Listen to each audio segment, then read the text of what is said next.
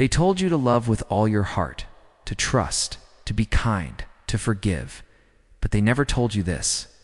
They never warned you that love can quietly tighten like a noose, that kindness, when given without boundaries or leverage, can turn into an open invitation for others to use you, drain you, discard you. You weren't betrayed because you were foolish or naive.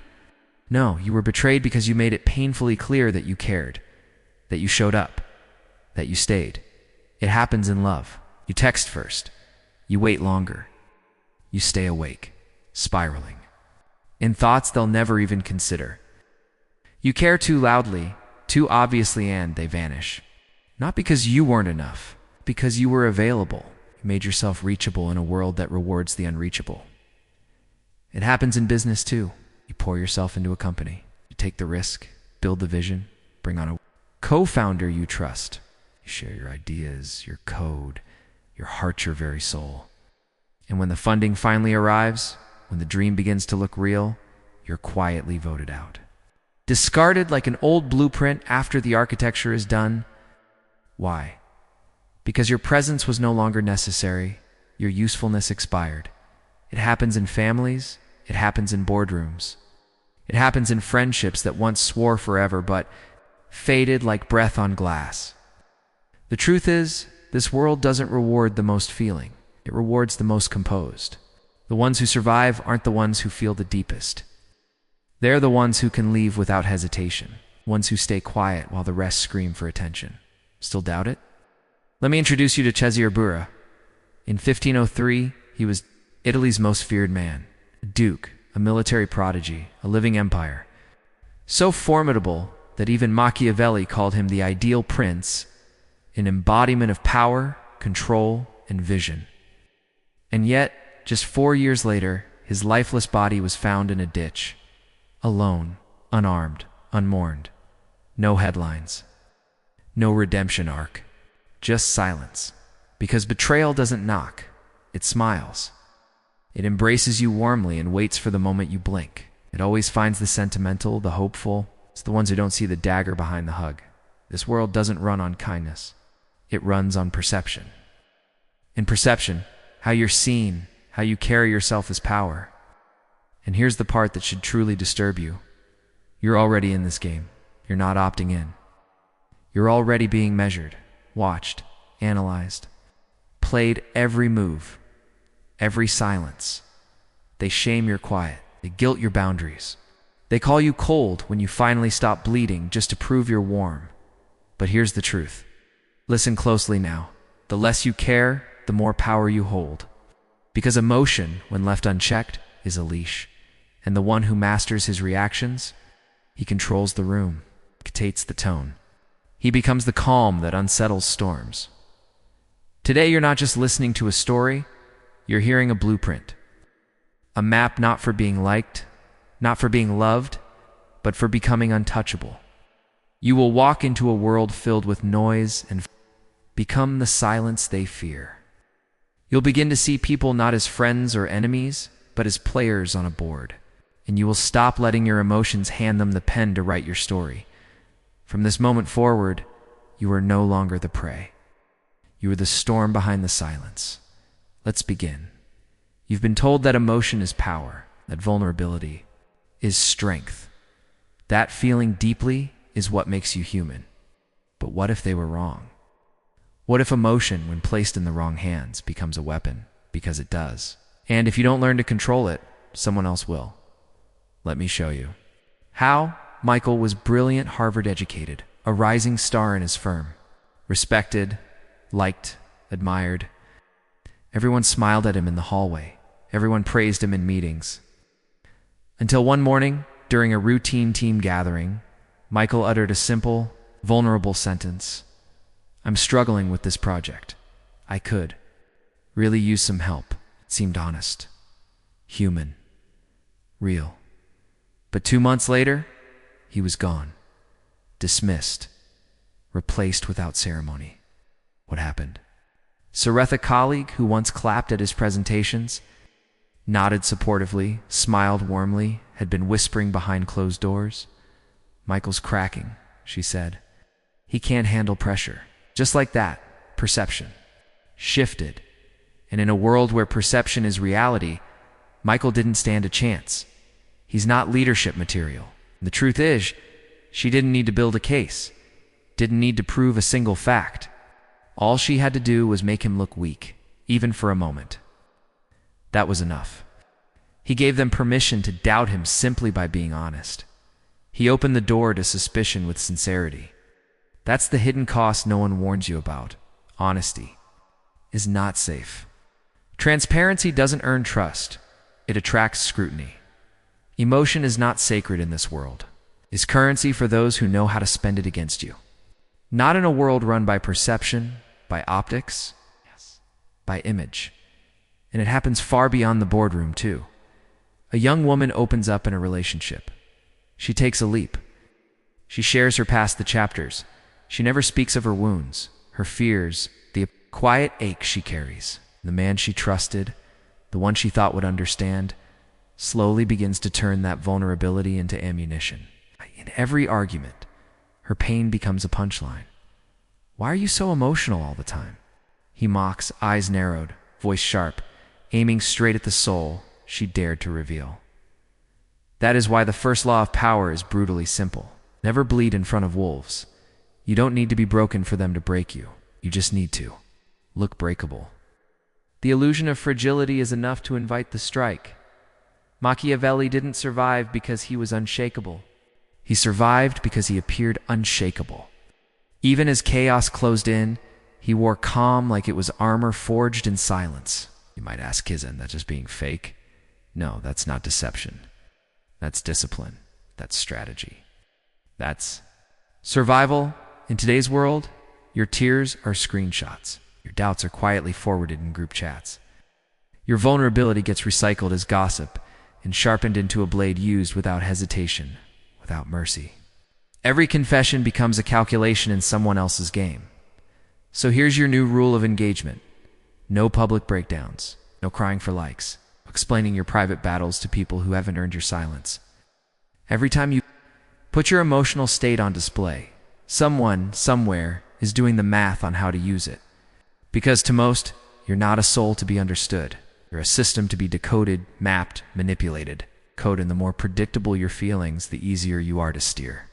Protect yourself. Don't broadcast your pain to people who treat feelings like data points. Don't explain your heart to those who haven't proven they'll protect it. Don't hand out your peace like it's free to those who haven't fought to deserve it. In a room full of men who panic, shout, overreact, the man who controls his face controls the outcome. His silence becomes the sword no one sees coming. And in that stillness, he becomes the one they fear the most. If this truth hits somewhere deep, don't keep it to yourself. Like, share and subscribe. Not just to follow, but to arm yourself. This isn't just content. It's a shield, a weapon. Most will never learn these rules until it's too late. So drop a comment.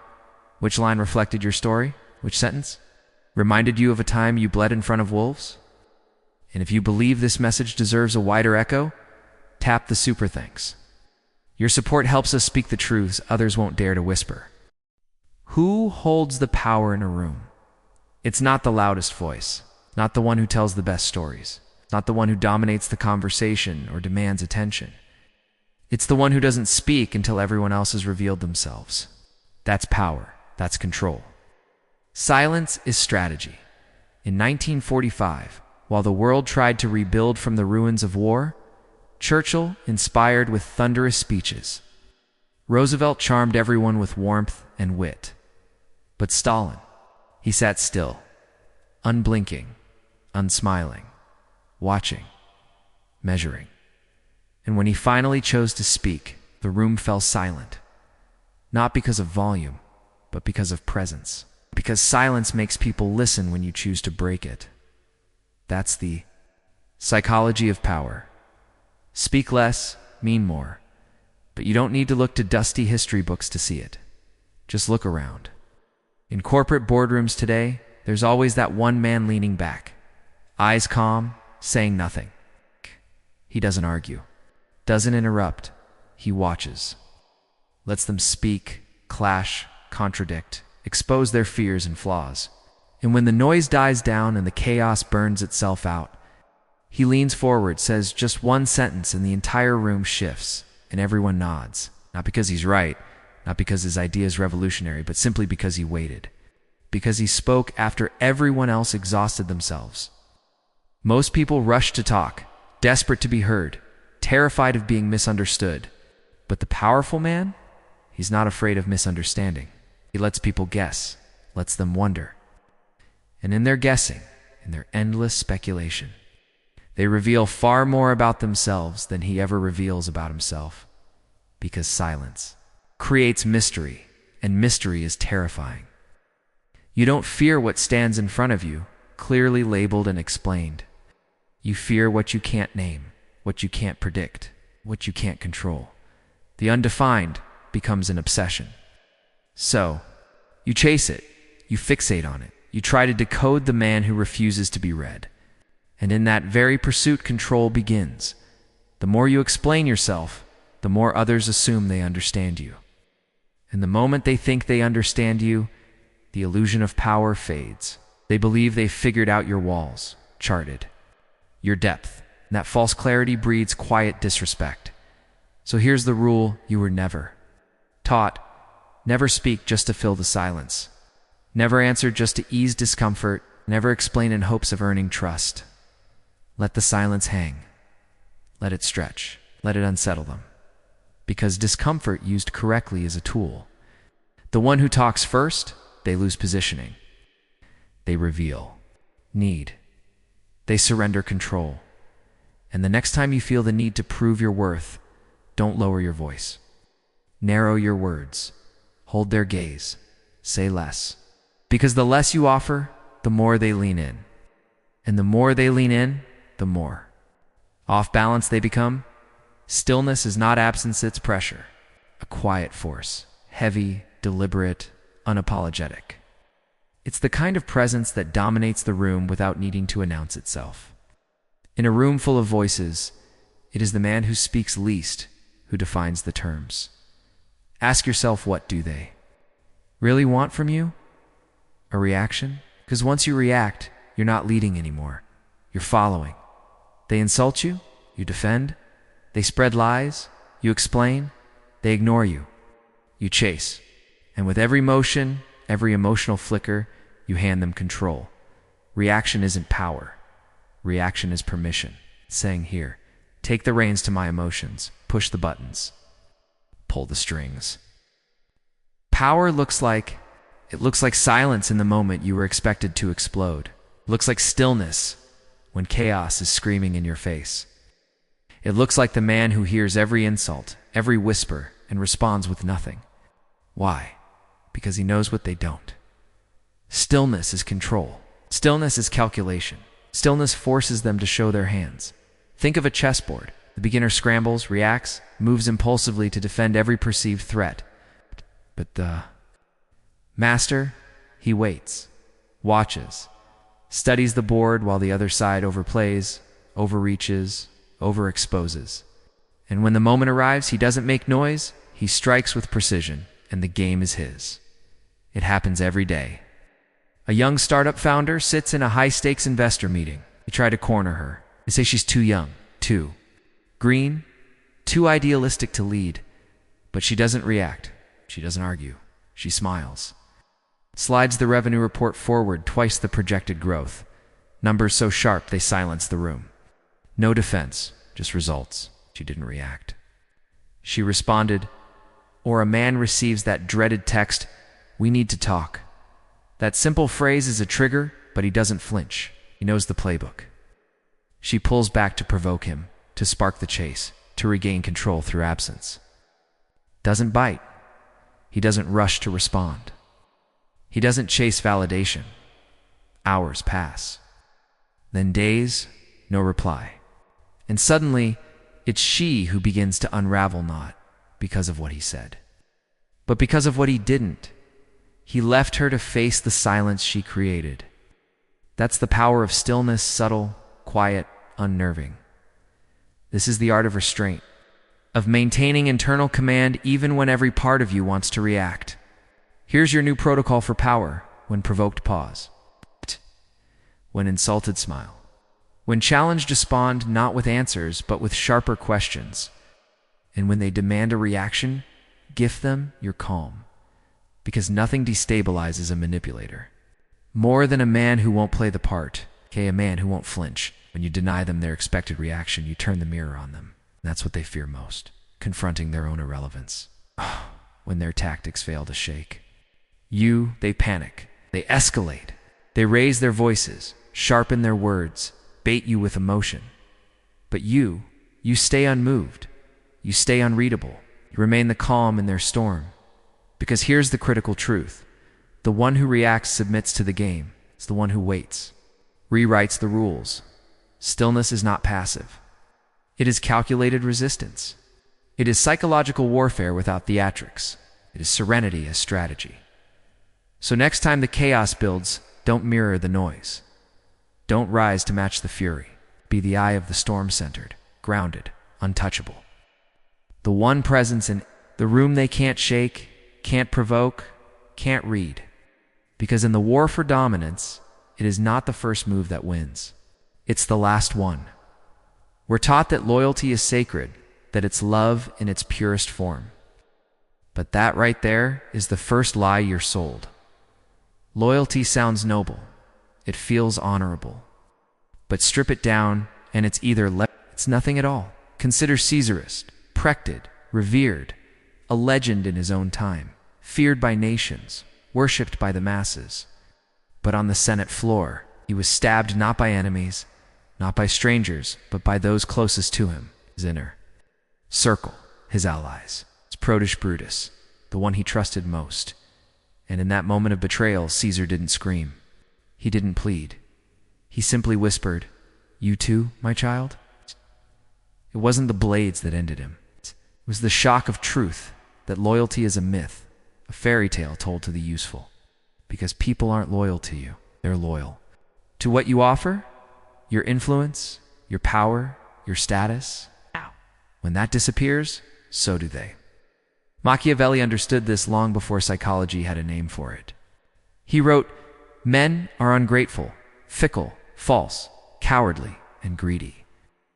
And if you build your power on their affection, you build on shifting sand. Want proof? Yes. Just look around.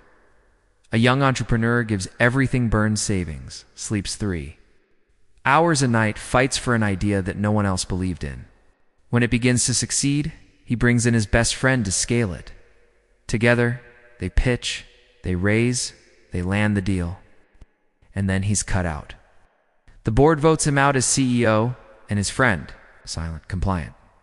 Because loyalty ends where? Opportunity begins. In the corporate world, teammates vanish the moment layoffs begin. In friendships, closeness evaporates when you're no longer convenient. And in love, forever becomes fragile the moment something shinier walks in the room. So, here's your new rule. Stop building on emotion. Start building on leverage. Because it's not love or loyalty that keeps people in line. It's the fear of loss. It's not fear of losing you, but of losing what you control, what you provide. What you could take away. When someone likes you, will support you until they don't. But when someone needs you, when crossing you has a cost, they think twice. They pause not because they admire you, but because they fear what might happen. Next, that's leverage. It's the quiet force that shapes behavior in boardrooms, friendships, even love. Here's how to build it. First, become irreplaceable. Be the one who knows what others fear, the one who solves problems no one else dares. To touch, don't just be competent, be essential. Let your silence make others nervous because they realize how little they can do without you. Second, control access. Don't be everywhere. Don't be always available. Make your presence something they earn, something they anticipate. Let them understand that being around you is not a right. It's a privilege. Third, know their dependencies, their weaknesses, their blind spots, things they hide, things they fear will be seen. Understand their gaps better than they do. Hold that knowledge not to use recklessly, but to remind yourself where the real balance of power lies. Fourth, speak less and deliver more. Let your work whisper where others shout.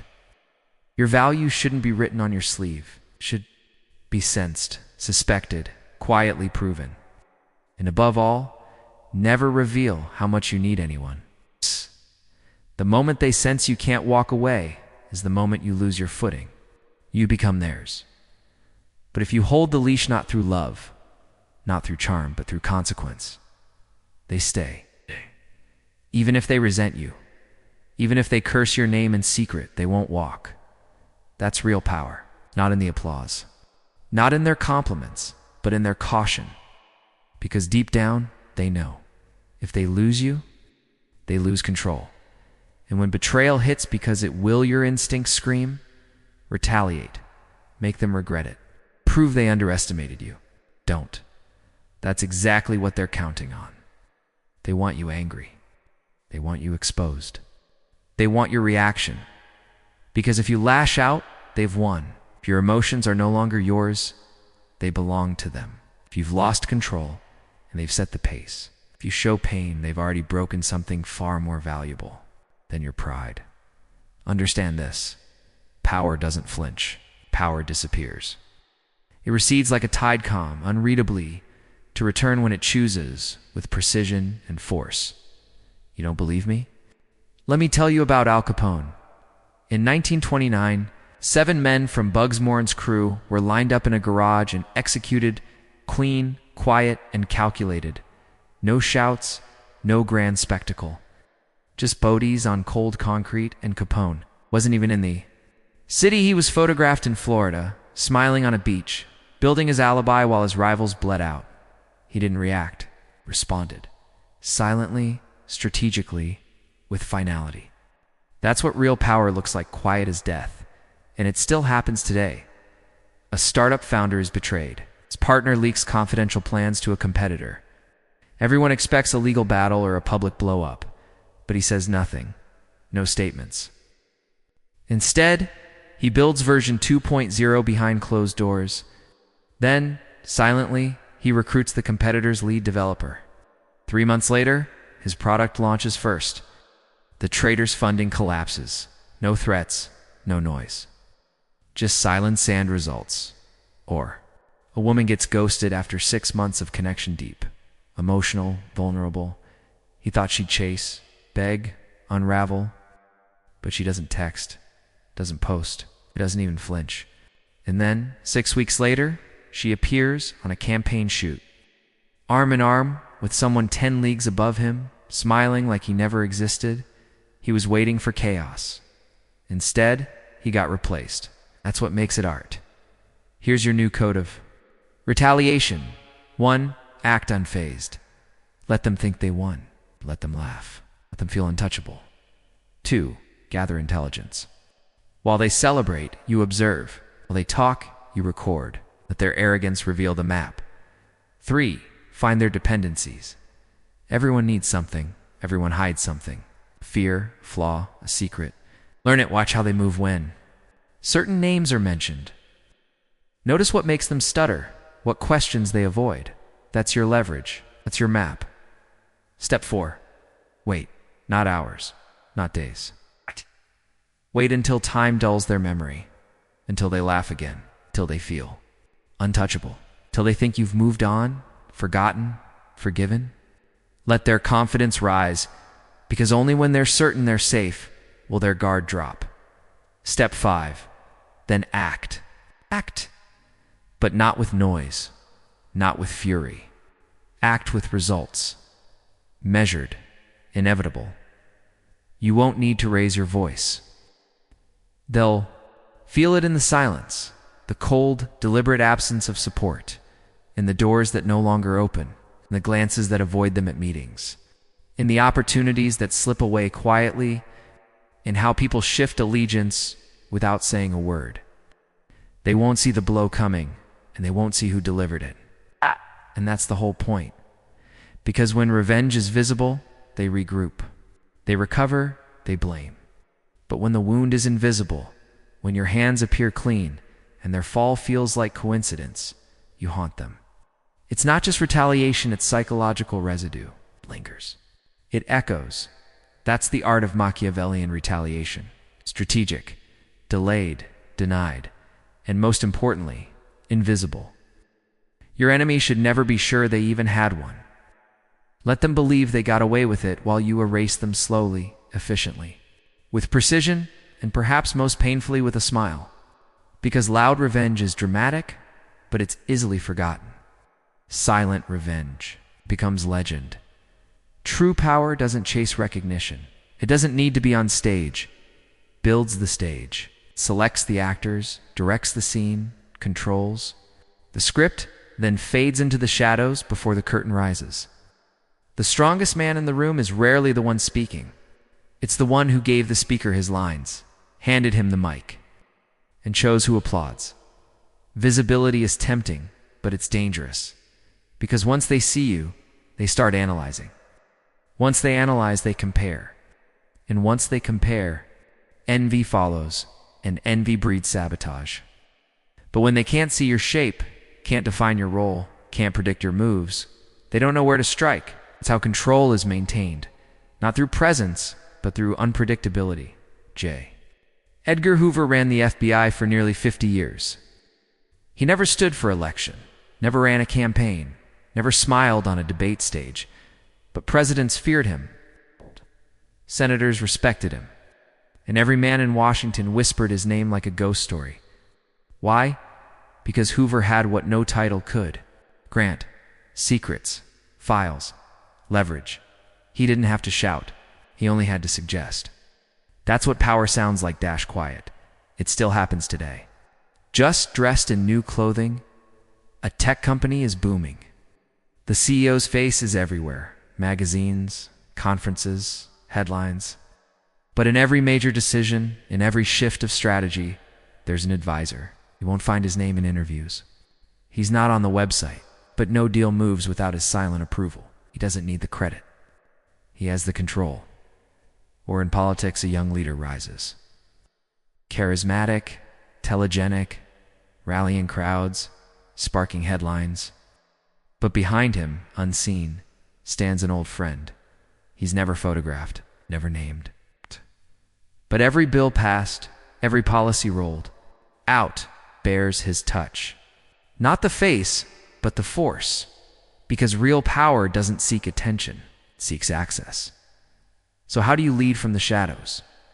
First, let others crave the crown.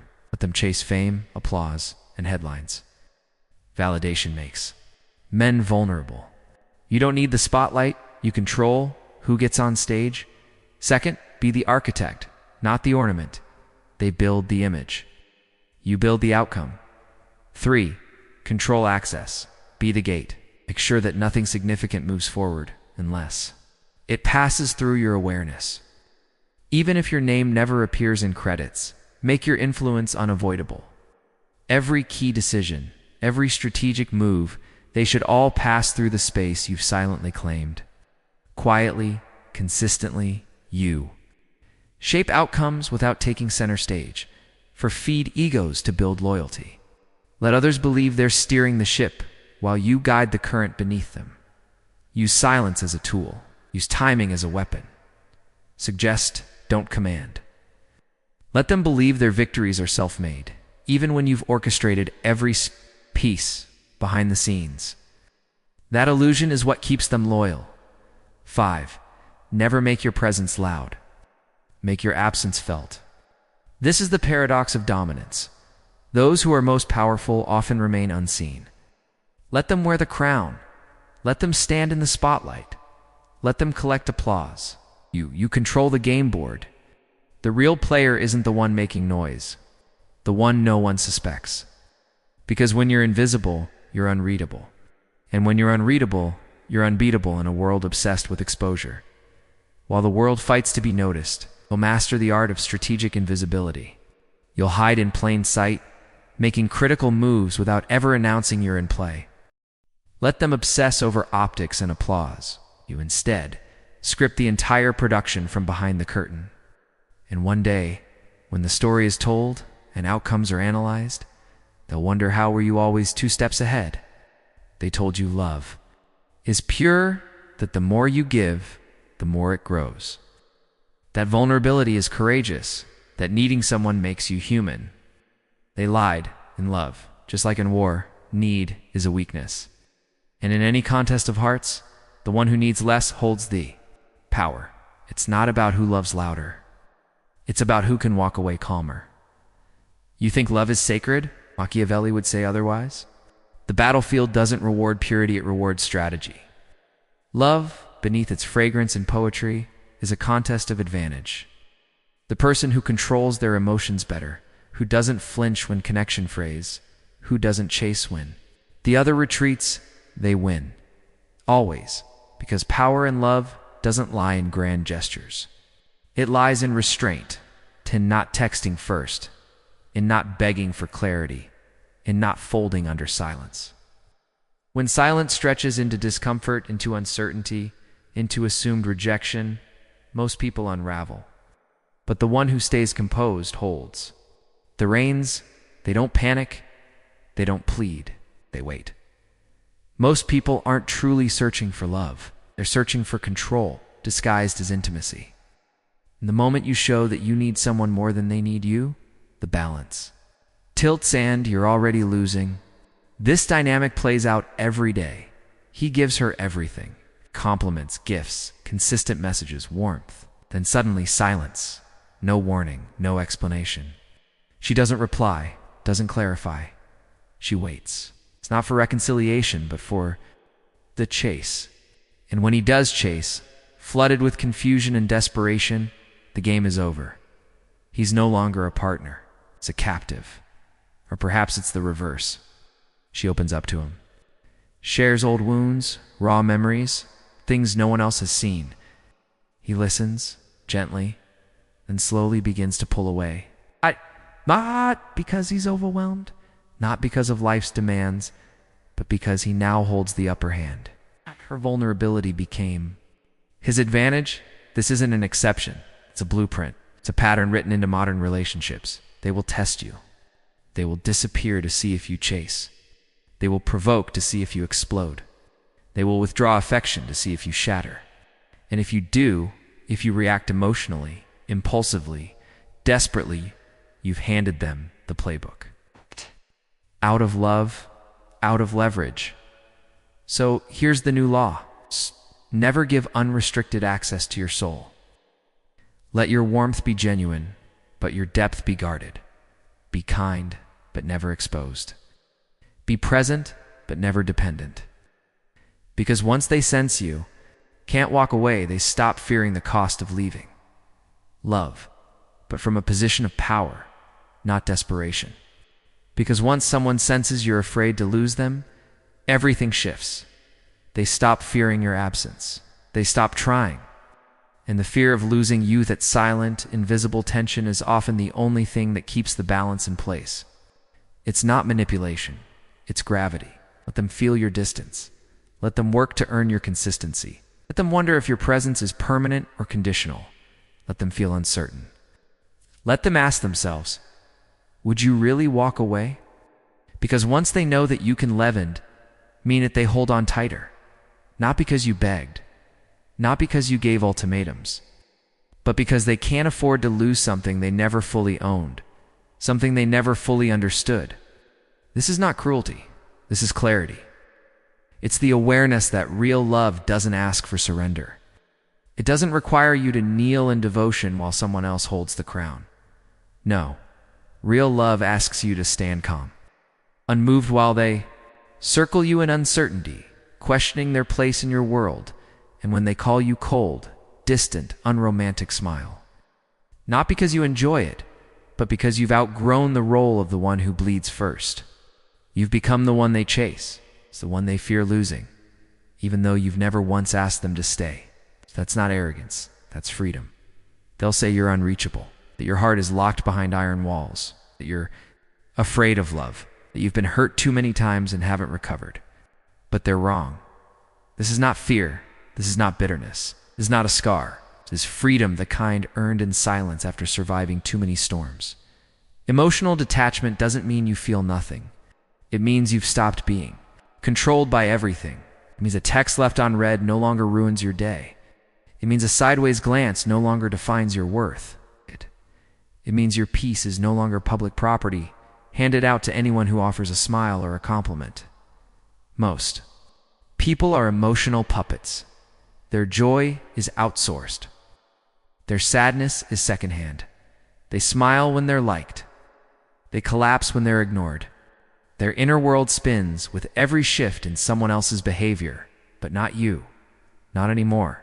You've seen the pattern. You've studied the script. You've chosen not to play the part.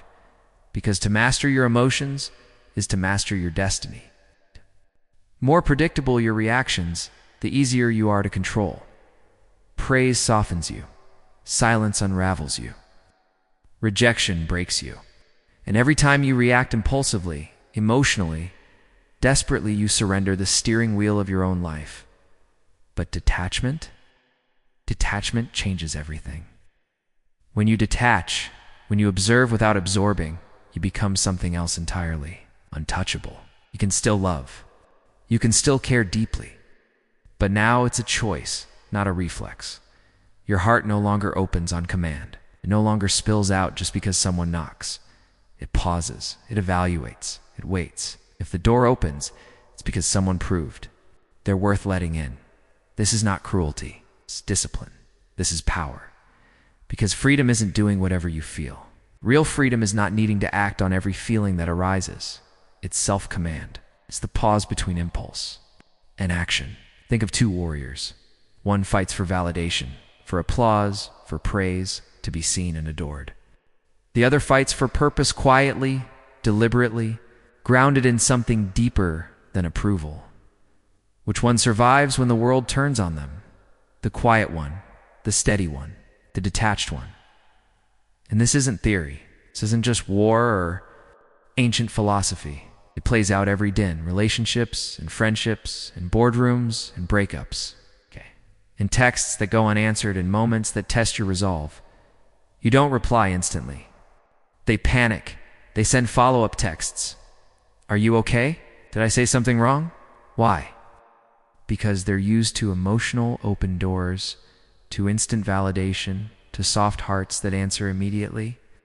But now you've built something different. A wall with no handle. And next time someone questions your silence, let them sit with it. Don't explain, don't justify. Next time they ask why you no longer chase, don't answer. Not because you're cold, but because you're no longer available for games. Because the man who detaches is not heartless. He's just finally in command. He's learned. It's evolved.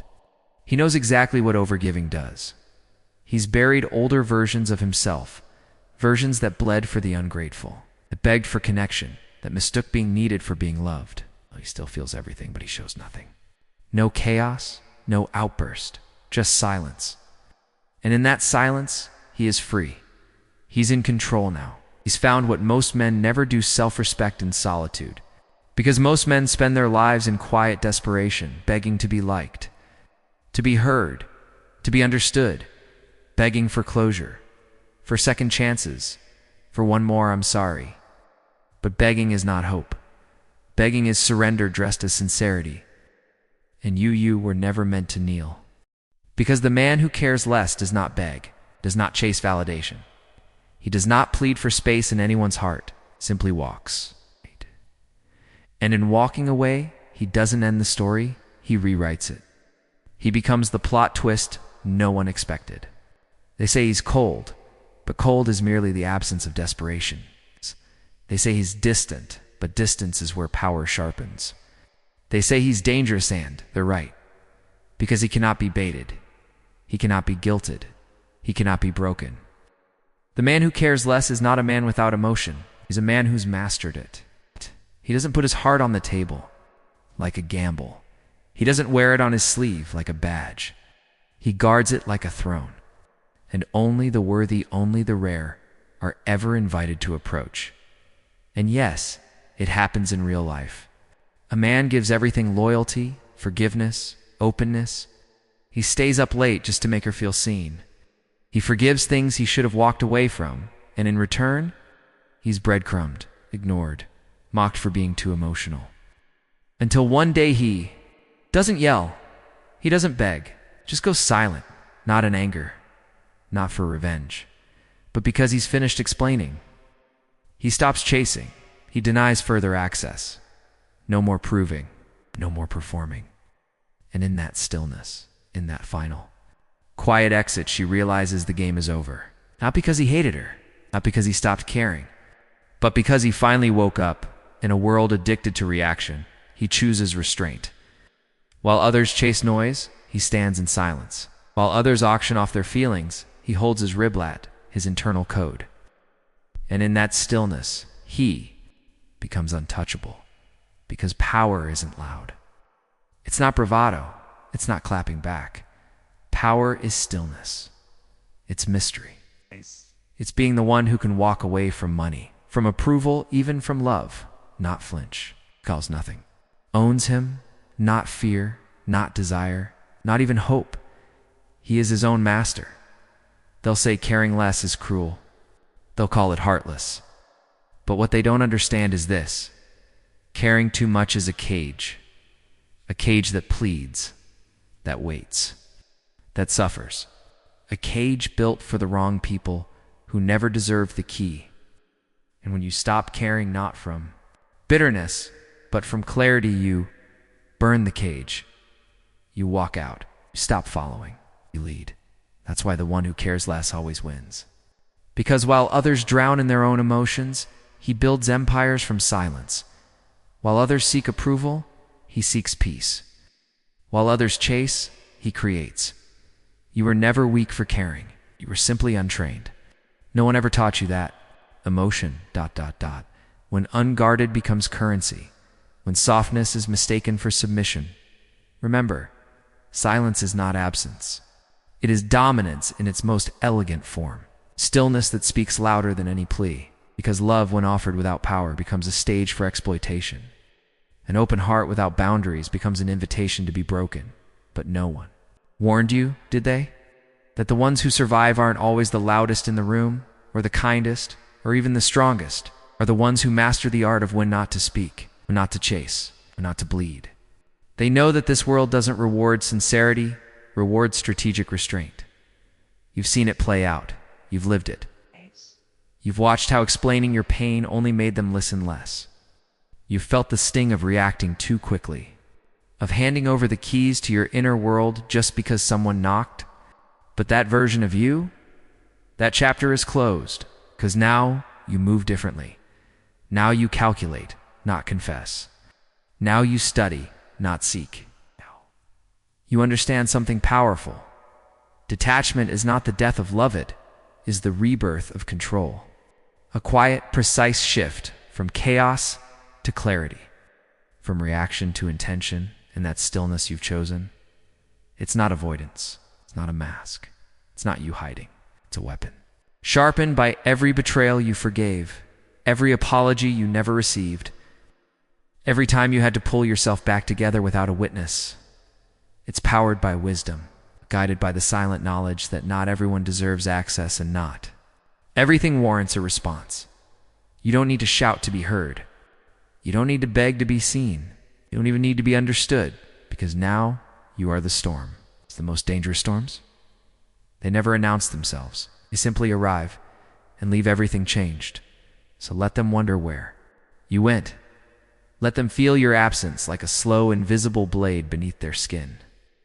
Let them question if they ever truly knew you, or if they only knew the version that bled for them. Because the moment you stop playing their game, ... it's the moment you stop feeding their drama, ... You become the silence they fear, and in that moment you stop being prey, become power. If this video reflected a version of you they never expected like it, share it. Let them finally hear what silence really sounds like. Drop your thoughts below. What part cut the deepest? What line spoke to your shadow? What truth finally set something inside you free?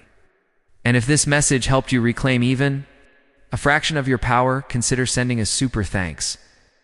That's how we continue to create content others are too afraid to say aloud. Subscribe if you're done explaining. Follow if you've stopped chasing, because this isn't just a video. It's your quiet revolution.